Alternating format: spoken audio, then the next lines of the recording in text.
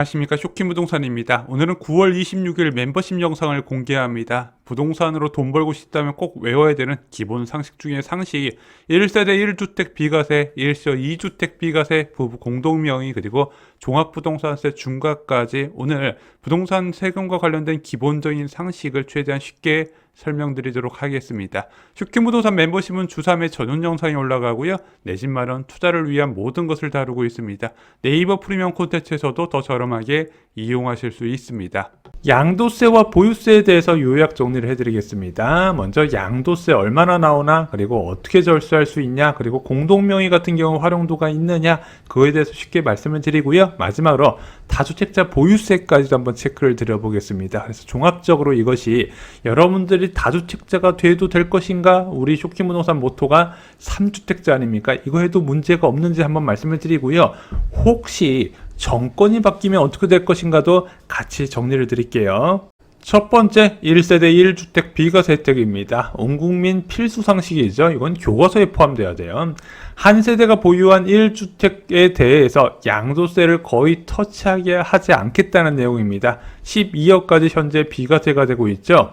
자, 1세대 1주택 비과세 요건을 받으려면요, 비규제 지역은 보유 2년만 하면 되고요. 규제 지역은 보유 2년 플러스 거주 2년도 충족을 시켜야 됩니다. 자, 근데 이 거주 요건을 충족하는 것은 취득 시점 기준이에요. 예를 들어 내가 규제 지역일 때 매수했는데 처분 시점에 비규제 지역이 됐어요. 그럼 이 사람 보유 2년만 해야 될까요? 거주 2년까지 해야 될까요?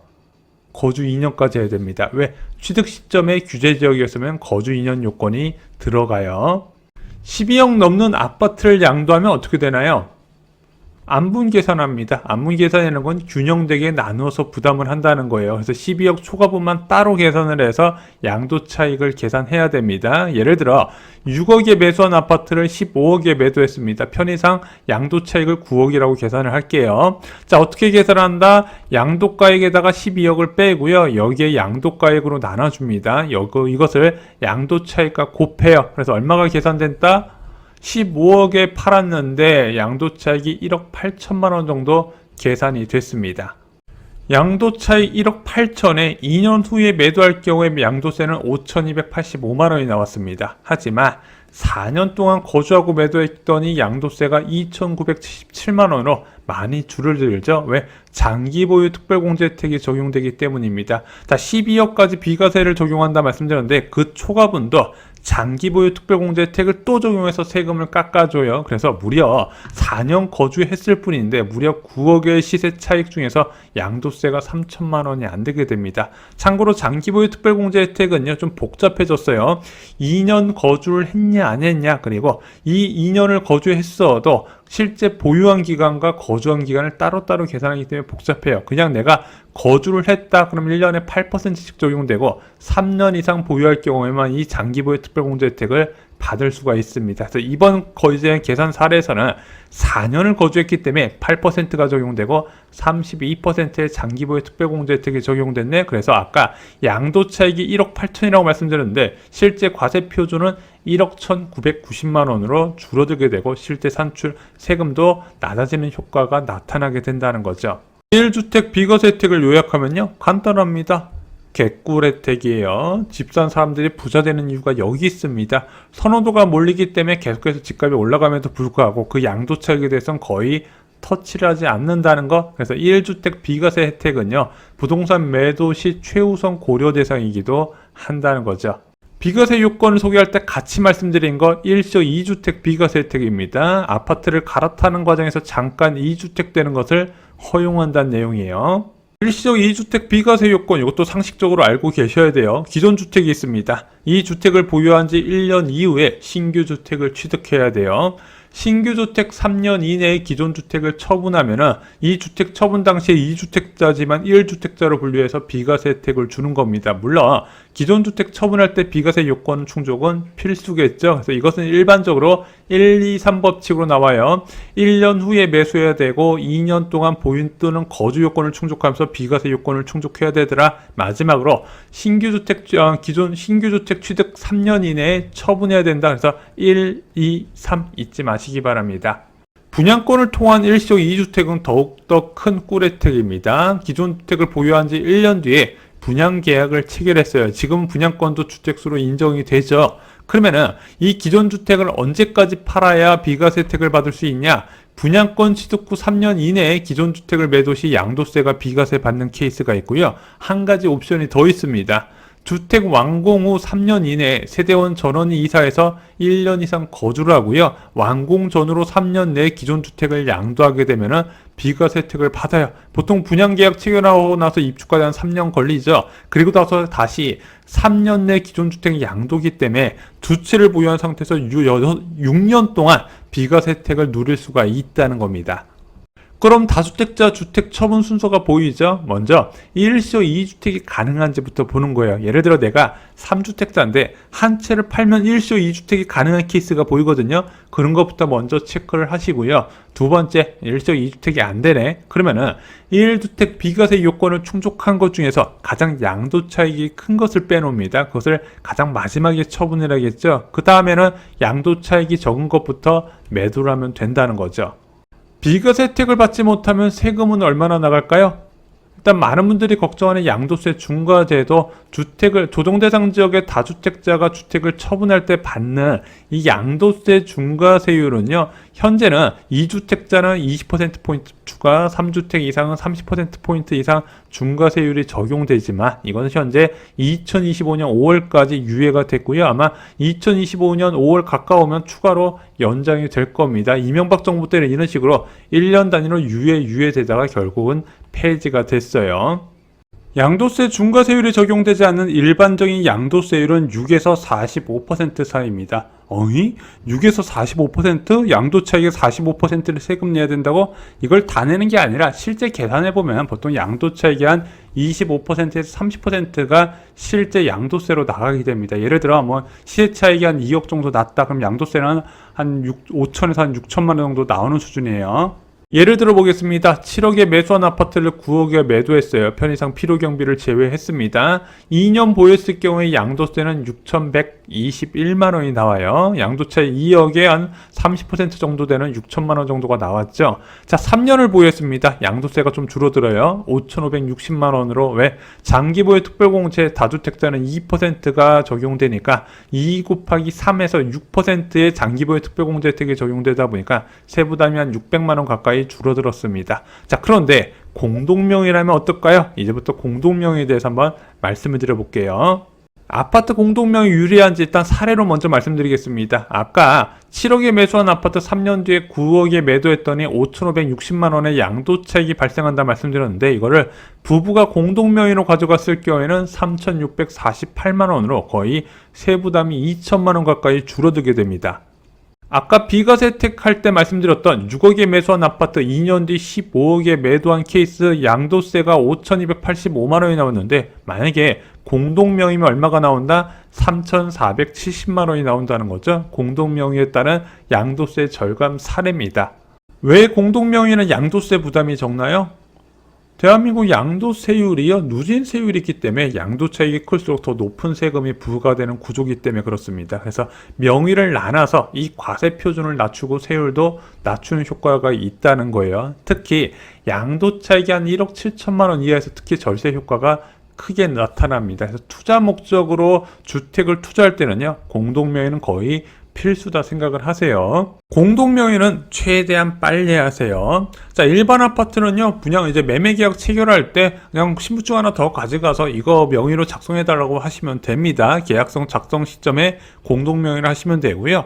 분양은 이렇습니다. 먼저 일단 분양 계약서를 체결하고 나서 시행사가 공지를 해요. 공동명의 하실 분 이때 접수하세요. 그때 공동명의 접수하시면 됩니다. 뭐 시청이나 구청 왔다 갔다 하면서 하루면 다 처리가 가능해요.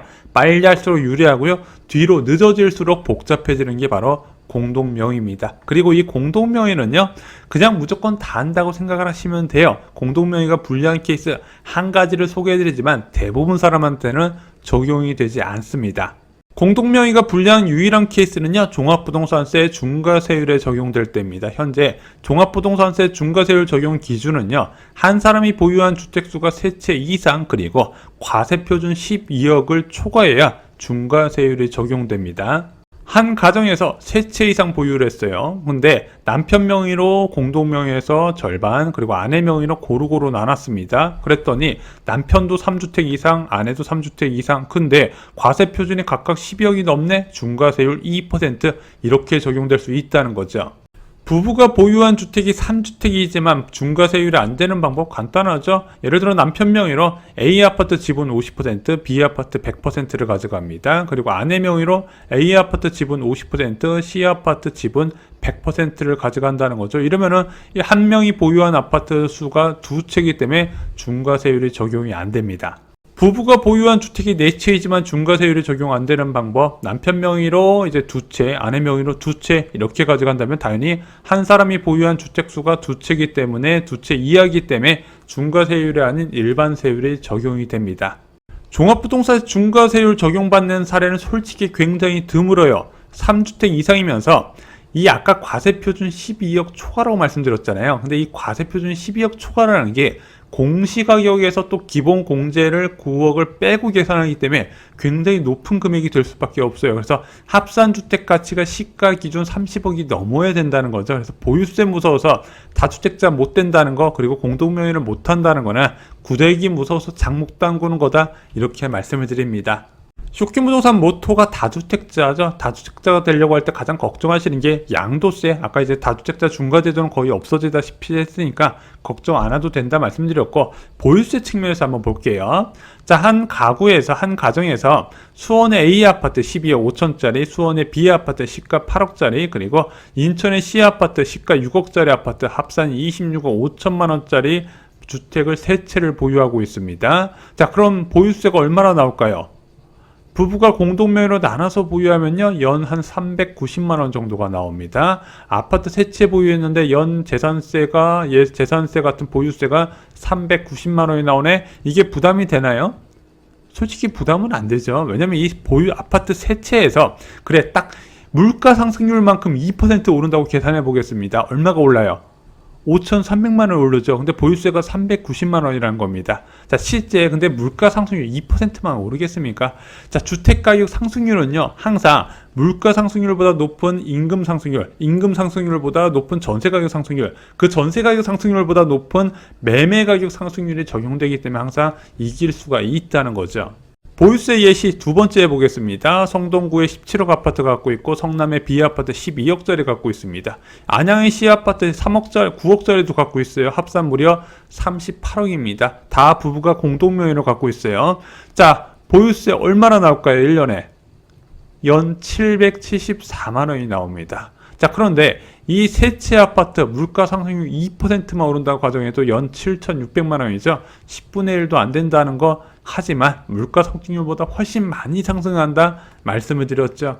현재 보유세 제도화에서는 보유세를 무서워하는 이유가 없는데, 많은 분들이 걱정하시는 게 정권이 바뀌면 보유세가 크게 오르지 않을까 해요. 근데 저희가 말씀드렸죠. 뭐 진보 정부든 보수 정부든 정부가 부동산 시장에 개입할 때는 시장 과열이라는 겁니다. 자, 시장이 과열되면서 보유세가 급등할 수가 있어요. 근데 보유세가 급등했다면 무슨 뜻이에요?